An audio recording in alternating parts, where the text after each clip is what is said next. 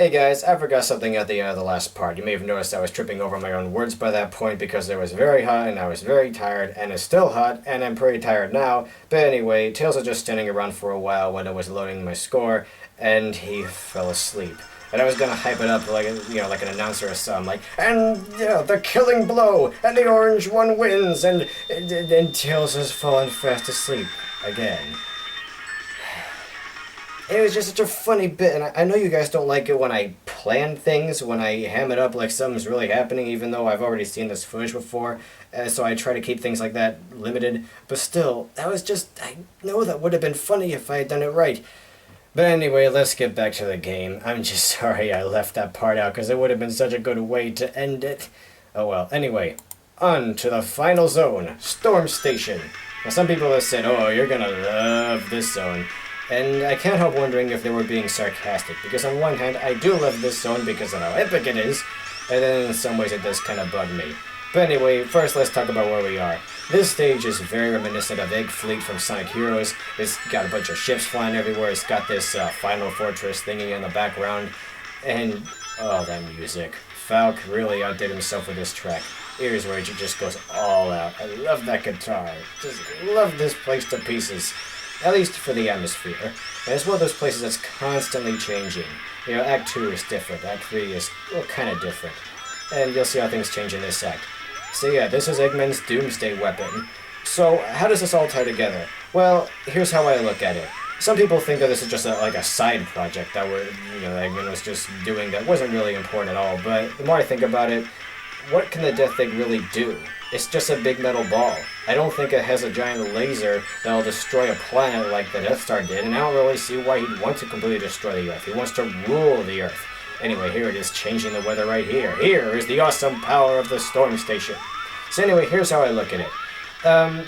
The Death Egg is basically a hotel for Eggman to stay at, so he can be nice and cozy up there while he screws up everything down here. The Storm Station is the weapon that he was going to use to control the world, to put everyone in this stranglehold where they'd have to meet his demands or not survive, while he just stays up there, warm and cozy and safe in his big Death Egg.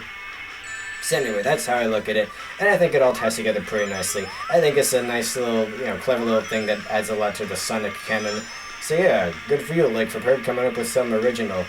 I mean, something like really original. I like how Sonic Before the sequel was all about the Death Egg rising and about Sonic finding the last Chaos Emerald and all that. But here, he really did manage to add something that we weren't already thinking about, that people weren't already theorizing about. The Storm Station is very unique, and I think it's a swell addition to anything Sonic related. So anyway, now it's... apparently it crashed. Don't know what we did, but anyway, now you see it's like lightning's appearing out of nowhere, even though it's not that bad. Anyway, look at this background. This is just so epic. In that whole crater in the mountain, you can see the rocket engine that was used to lift the Death Egg into the air in Sonic Before the sequel. And you can even see Angel Island. It's very close to landing now. You can even see its reflection in the water. It's like we just got so little time before Eggman's plan comes to fruition. But, if we can at least put a niche in his plans here, we might have a chance at stopping the Death Egg for good. So anyway, yeah, really cool final zones, very unique. I've never seen anything like it in another Sonic game. So yeah, good for you, not using a god monster or whatever that we've seen a bunch of times. There's just so much I love about this zone.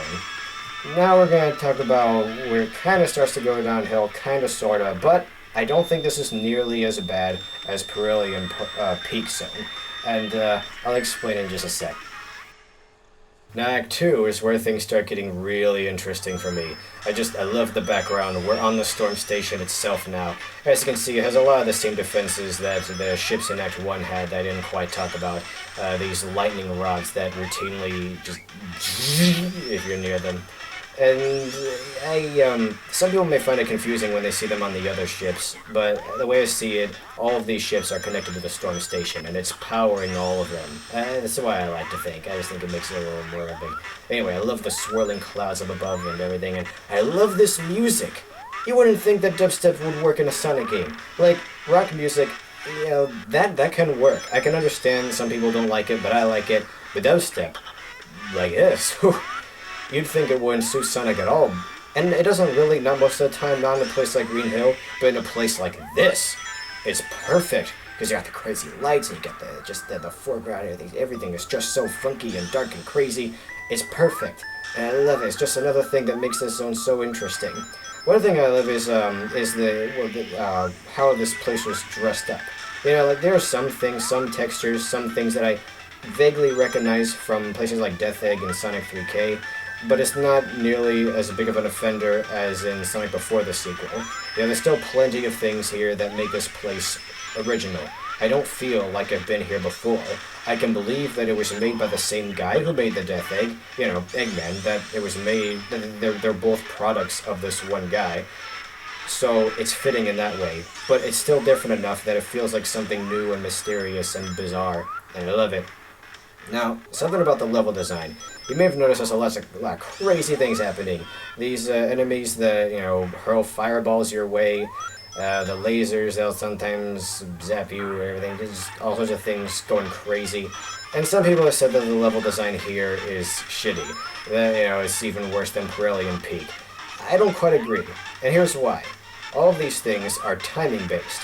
And that on its own is kind of dumb. You know, I don't really like timing puzzles in a platformer game, but at least they're manageable. At least there is a time when you can avoid them with relative ease. Might kind of slow things down for a Sonic game, but they're not nearly as bad as obstacles like the fake bouncers in Pirellian Peak, which, depending on how the terrain is shaped, could be extremely hard to avoid touching if you're playing as Sonic. You know, some like that where there's just not much you can do about it. Like, those things are stationary objects that are always there, they're always going to be in your way, and it's just annoying. But at least a lot of the things here are manageable. You just have to be careful about when you approach them, and not necessarily how you approach them. That doesn't really involve much skill on its own, but, you know, I don't find this level design quite as dickish as Pirellian Peak. It's still pretty finicky, but hey, it's the final level. It's supposed to be challenging and tricky and everything. I don't think it's that bad. I like Storm Station quite a bit. Anyway, here's the final act, the final zone. It's all coming to a head here. It kind of looks like things have calmed down a bit outside. Like we're in the eye of a storm right now. Like we're at the center of a hurricane. I just think that's so epic. I love how things have gotten a little darker, like if you look toward the top of the screen. And I love how the music has kind of toned down a bit, but it's still dreary and it just makes you cautious. You know, it's just really, really cool. All of the crazy gimmicks here just kind of pulled together, along with new gimmicks, like these orange thingies that basically launch you into the air, but not the same way the purple ones do. You don't bounce, you just slowly float up for like a certain amount of time. Now, something I forgot to talk about in the previous part that I think we'll see some more of in this part, because I'm blazing through this so fast I don't have time to talk about everything, are these, you know, those red lights. You can see them in the background, and some of them will appear in the foreground. When you're close to those, they mess around with the gravity. Not just the gravity, but your movement in general. Suddenly, you're able to run much faster, and it's much harder to stop. You're like slippery, like, look at me. And you jump much higher, and you can jump much farther. And on one hand, it's great, because it means your mobility is increased, and you can reach all sorts of places you wouldn't be able to otherwise, like that. How would I get through that if not for that? Yeah, if I was playing as Tails, I could. But anyway, anyway, one thing that's kind of annoying if you are playing as Tails is, well, if you're flying, not necessarily flying, but if he's finished flying and he's tired out and he's starting to float down. Well, as long as he's in that animation and those red lights are pushing you upward, you'll be stuck up there and... Hey, what are these? I think these are what the other zones would look like if Eggman's plan works. This must be like a simulation of how everything will look. Global warming? No! Anyway, what was I gonna say? Oh yeah, when you're playing as Tails, you can basically get stuck in this animation where you're supposed to be descending, but you're always being propelled upward by those red lights. And it's not, I mean, I've never really gotten stuck up there to the point where it became a dead game. I'd always find some way to get back down, but it is annoying. And just things like this make it a level that's more fitting to play as Sonic. At least the later two acts. You know, so, yeah, we're playing through this as Sonic, not going to use Tails to abuse everything. I'm sorry for turning into Super Sonic back there, Hope you don't mind me doing that a few times. I basically keep forgetting it. But there was an option to turn supersonic off, and I probably should have done that. I was just worried that I wouldn't be able to make it to the final boss, and oh, spoiler. Well, anyway, we're almost done. And look at it! Did you see that? That rat was being like, launched in the air because he stepped on the orange pad, and he just kept scuttling along, and it just disappeared into the sky. That's hilarious. And now he's gonna fall down from outside the storm station, and oh boy. Anyway, here you see the crazy red lights. If you were playing as Tails, well, you can still get through there because there isn't like a part where the ceiling dips down and cuts you off. But if you were playing as Tails, you could just, start flying and go whoosh. Anyway, that's it for Storm Station. Now for the boss.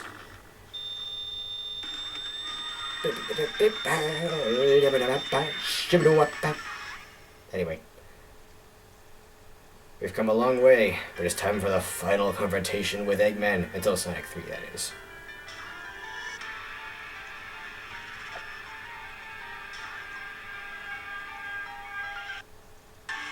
Now they kind of hype it up with this epic music. I don't like it when they use this kind of stuff a lot in games like this, but I don't mind it so much here. Because, it's fitting. It's the final confrontation with Eggman. Anyway, this is what I like to call the Ristar-mobile. I don't know if that homage was intentional, but anyway, it's a pretty simple boss. It suddenly got bigger somehow. Anyway, this is a pretty epic set piece. Yeah, I love how everything's become so clear now. There aren't a lot of obstructions in our way. We're out in the open. You can see more of the raging weather. It's gotten really crazy now. But you can still see some rays of sunlight just barely poking through because we're so high up and because we're at the eye of the storm. Everything here, there's just so much thought put into this final encounter. I love it. And yeah, now that laser beam is constantly going out, and our only chance of hitting Eggman is to bounce on those orange springs. I'm not sure why you just use a red spring, but whatever. I don't know why I'm having such a hard time reaching him this time. The first time I fought this boss, I was able to do it with relative ease. I don't know why. That keeps saying relative ease. I guess instinct just took over. I didn't know what I was doing. I hadn't watched anyone play this beforehand. I just looked at its weak spot. I'm like, alright, gotta do it.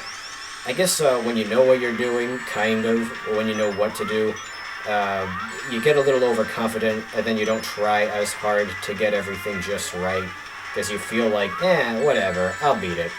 Anyway, by this point I was becoming a little worried, and I was having a hard time moving around. I don't know why. Everything's just kind of weird here. Like, suddenly Sonic is jumping further than he should, or he's not, or he's slipping and sliding and bouncing.